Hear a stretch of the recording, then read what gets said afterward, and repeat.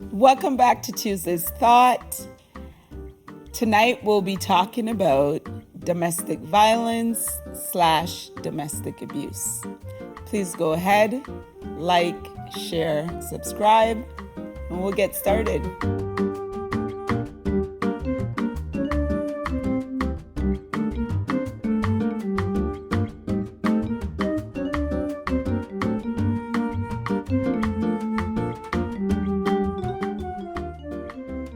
So next week, Monday, is International Day for the Elimination of Violence Against Women. And this is next Monday, November 25th. Okay. So we're going to talk about domestic violence and domestic abuse. They can be used interchangeably. So what is domestic violence? It's harm that is often a result of a person looking to gain or assert power or control over their significant other or their partner or their spouse. And it threatens the safety and security of the person and can take many forms. So I'm going to talk about some different types of abuse. We have physical abuse, and that is a threat or attack made with a fist or an object, such as pushing someone, shoving someone, slapping the person, kicking them, biting them, choking a person, hitting a person, beating a person. This is all can be under the umbrella of physical abuse. And the abuse does not have to leave a physical mark or even a noticeable injury for it to be physical abuse, okay? Another type of abuse we have is sexual abuse, and this is where the individual is forced into sexual activity and other forms of sexual coercion. So the person does not want to do this, but they're forced into it. Then we have emotional or psychological abuse. And this is where words or actions are used to control or frighten a person, or frighten the spouse or the partner or the intimate partner. Or, this can destroy the self-esteem through feelings of shame, anxiety, and hopelessness. So this is where the individual is saying stuff to belittle the person, make the person feel ashamed, make the person feel hopeless, helpless, anxious, and so forth. We also have financial abuse. Now, some people might not even realize that there was such an abuse, but there is financial abuse. And this is where one individual is controlling or misusing of the intimate partner's money or resources or their property. And then we also have neglect, and that's a situation where a person has a responsibility to provide care or assistance to someone, but they actively don't do it. So let's say your significant other is not well, and they can't do much for themselves or certain things for themselves, and the individual is supposed to help them and they don't help them. That is neglect, okay? So who is at risk for domestic violence or domestic abuse? Who's really at risk? And the answer is anyone can be at risk, regardless of age, regardless of race, ethnicity, your sex, your religion. Anyone can be a victim. Even a Christian, even the apostolic Christian can be a victim of domestic violence. In Canada, probably worldwide, but in Canada, women and girls have a higher risk of being subjected to domestic abuse or violence than men. But that's not saying that men don't experience this as well. So I just want to put this out there that men do experience domestic abuse or domestic violence, but it's more prevalent when it comes to females. What are the warning signs that one should look for to know if somebody's in an abusive relationship, or to know if you are in an abusive relationship? So one, the relationship may be abusive if one of the partner or the significant other engage in the following: has unexplained bruises or questionable explanations for injuries, right? So you notice they have a black eye, and you've probably seen this in movies, and the person said, I walked into the door.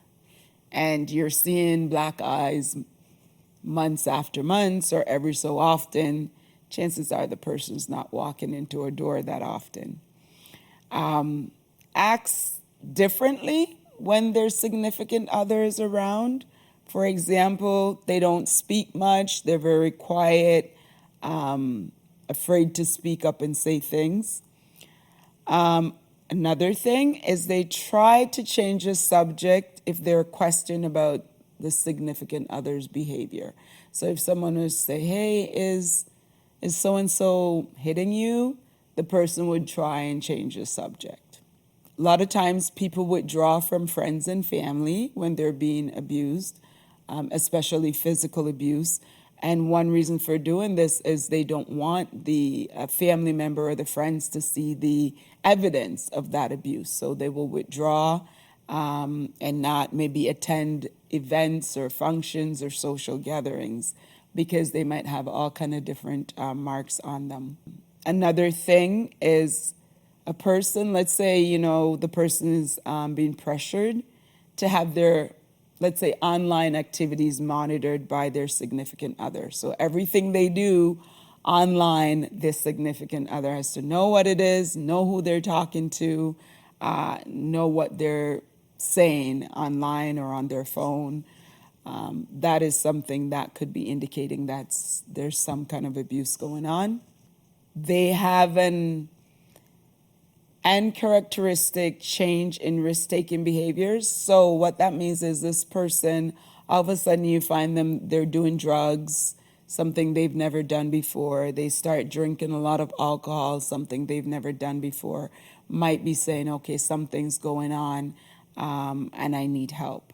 They might experience a drop in their performance in school or schoolwork or work, where the person's not doing so well anymore, not performing like they used to, okay? Grades are falling apart, and work is not going well as well. The abuser might be humiliating or criticizing the other person, the significant other, in front of others. So everyone might be hanging out, and then the person who's abusing the other person, the victim, might be very mean to this person, criticize them, call them out, embarrass them. Another thing that could be a risk factor is where the significant other constantly wants to know where the person is and what they're doing. So they have to be in contact with the significant other constantly, okay? So those are some things that you can look for. So it might not necessarily be the black eye or the bruises, but it could be other things. Some partners get very nervous around the significant other. So you might see them draw into their shell, as we would say, or just get nervous, might be shaky when they're around that individual. And like I said, this can happen to anyone. So even people who have position in the church, even clergy members, could be abusers, or they could be individuals who are being abused. So that does happen, even though we would want to hope it's not happening. It can, and it does happen.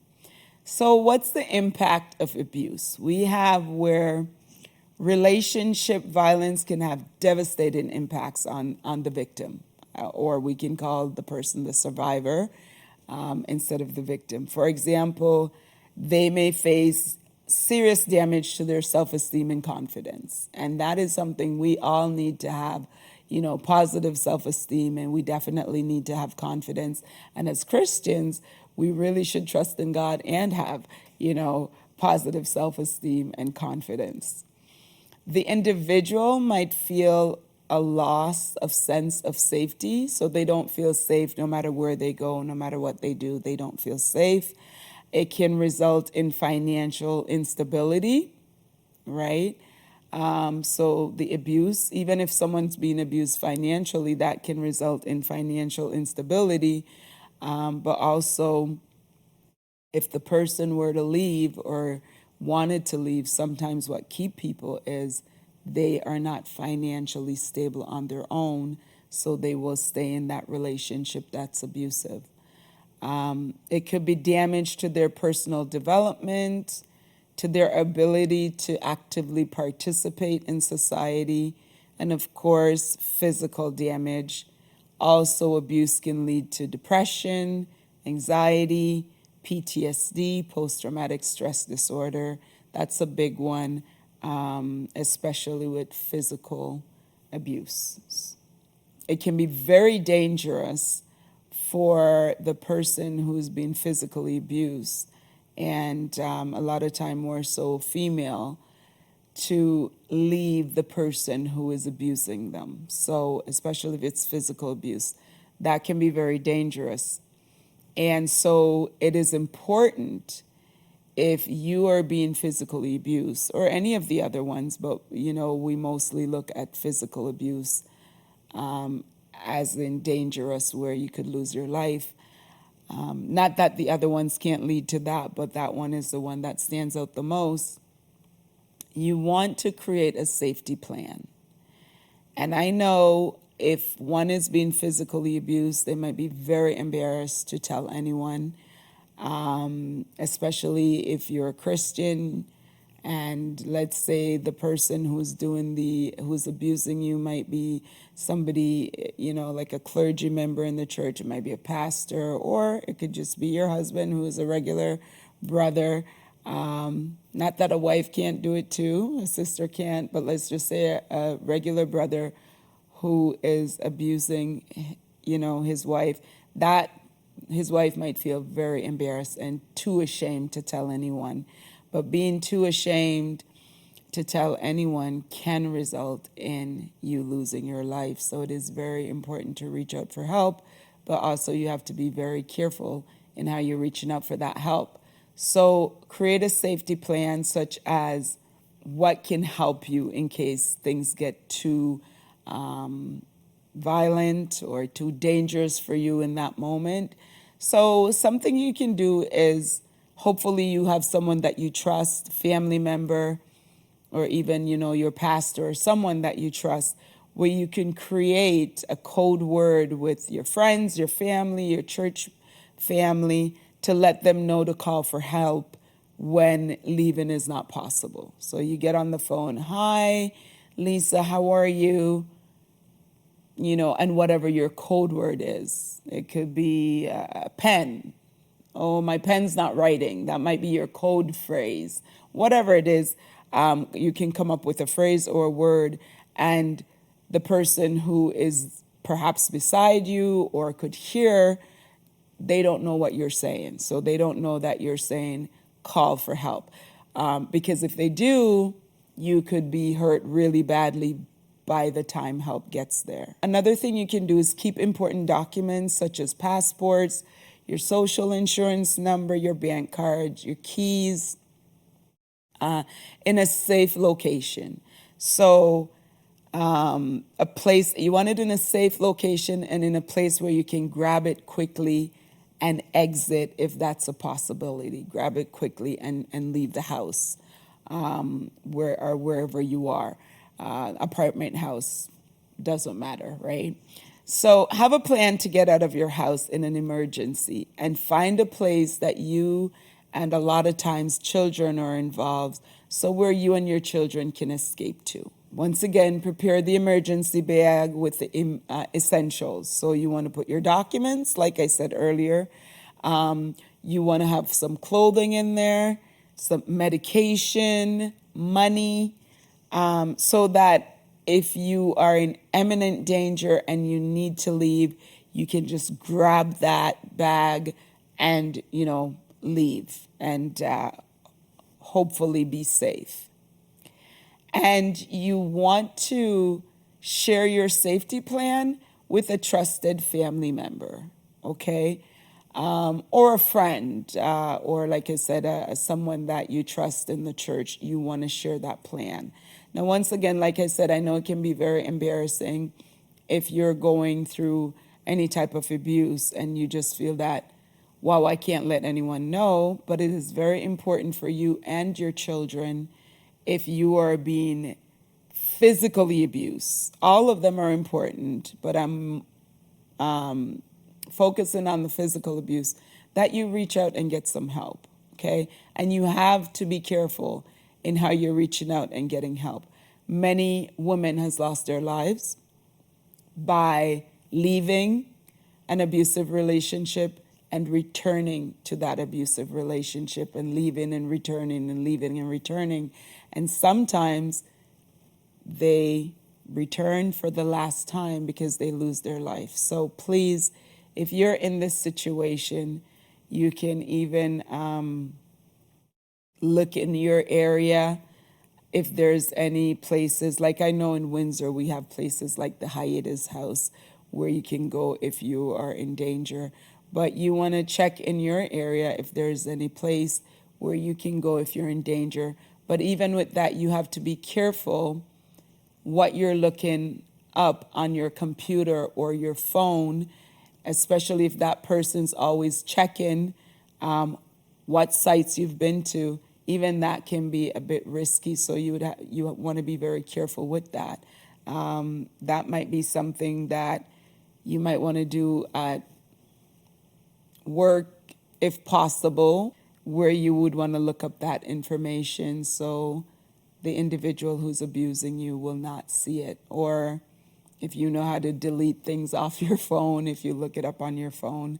But that's probably not even that safe. So please don't let shame and embarrassment let you stay in a relationship that is dangerous for you and your children. And like I said, I focused on the physical, but all the other ones, it is important to get help.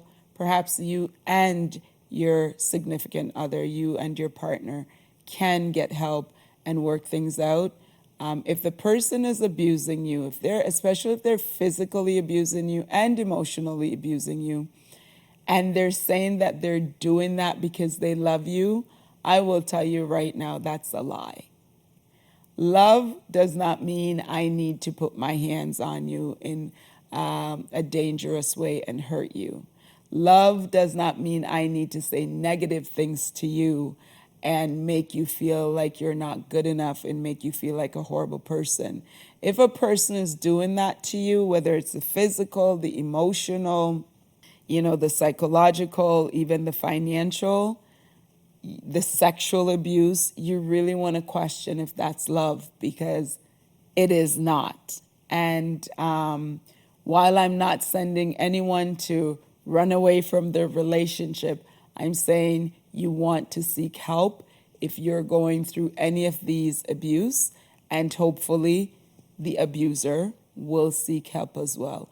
And even if you're the abuser and you're watching this, it's time to change your actions and to seek help, because you have a problem if you're abusing someone in any of the ways. I hope this will help someone. And if you know of someone who you think might be getting abused in any way, be cautious in how you speak to them and how you help them. You might want to tell them, oh, girl, just get up and leave.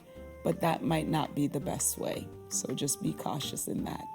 So I hope this will help someone. And I will see you next week as we talk about the review of the sermons for the month of November. God bless you and have a pleasant week.